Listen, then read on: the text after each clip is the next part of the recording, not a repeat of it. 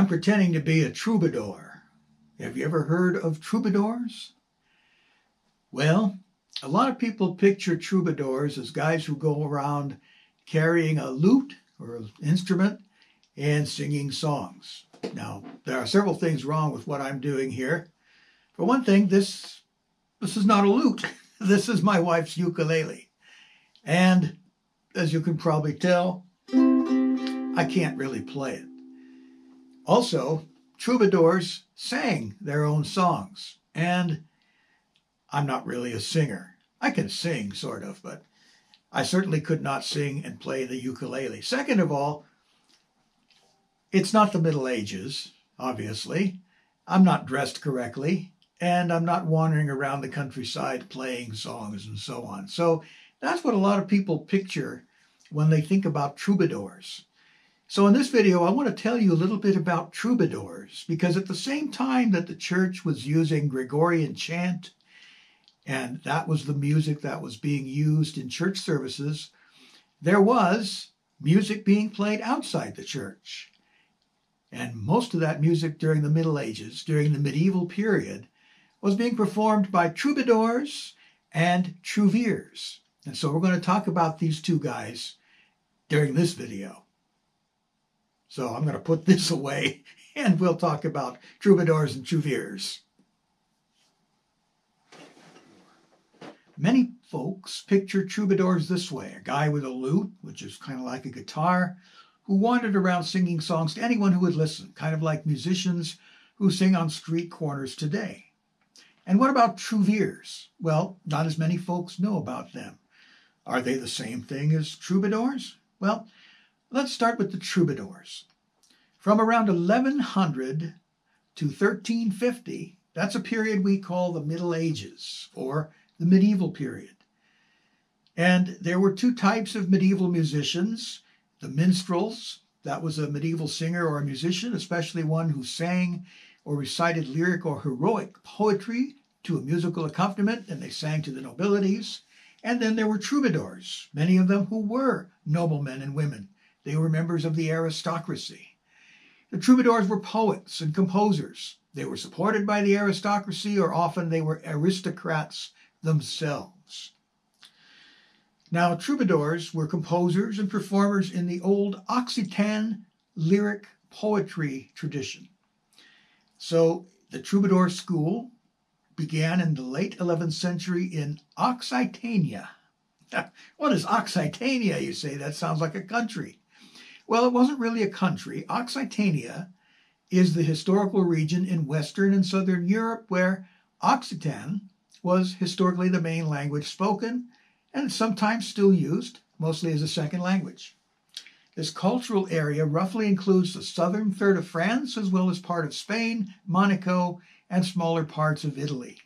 So the troubadours began in Occitania, and then they spread to Italy and Spain. And so under the influence of the troubadours, many different movements sprang up throughout Europe. So you had what are like troubadours in Germany and Portugal. And then we also had the truvirs in northern France, and we'll talk more about them in a minute. The troubadours lasted until the time of the Black Death, around 1348.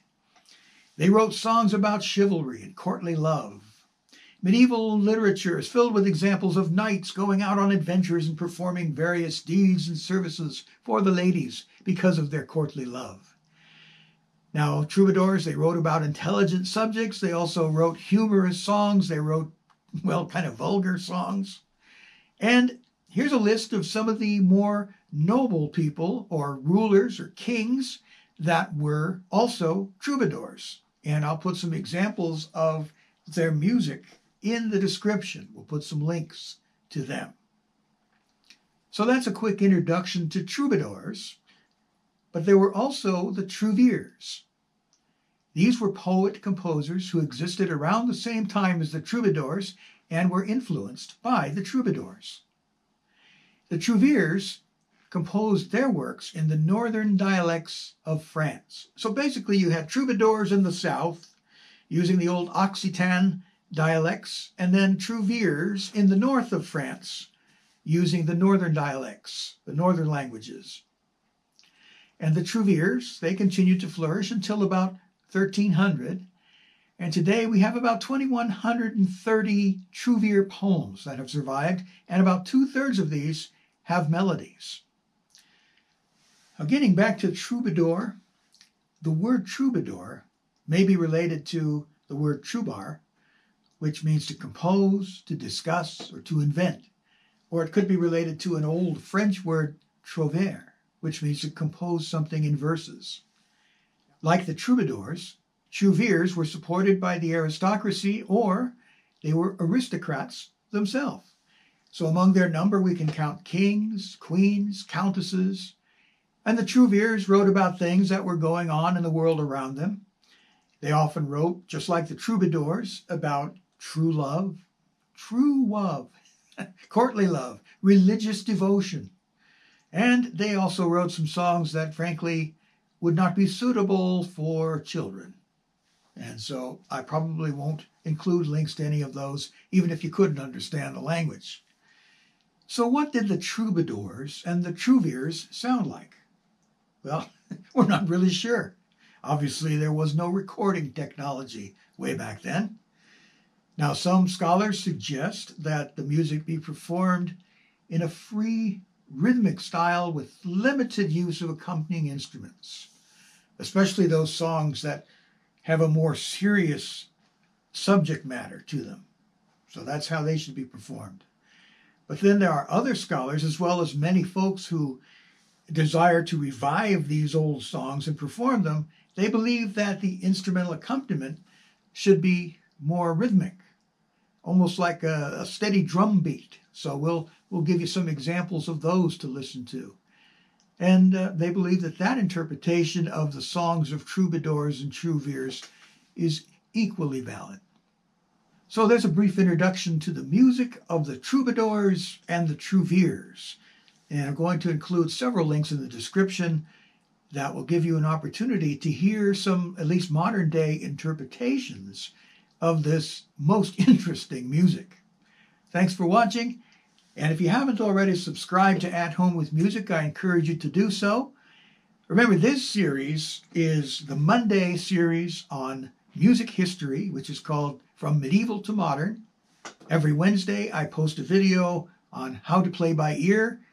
The series is called From Ears to Fingers. And on Fridays, we have a series about music in the scriptures and music in the church titled, Is Music Important to God? Thanks for watching.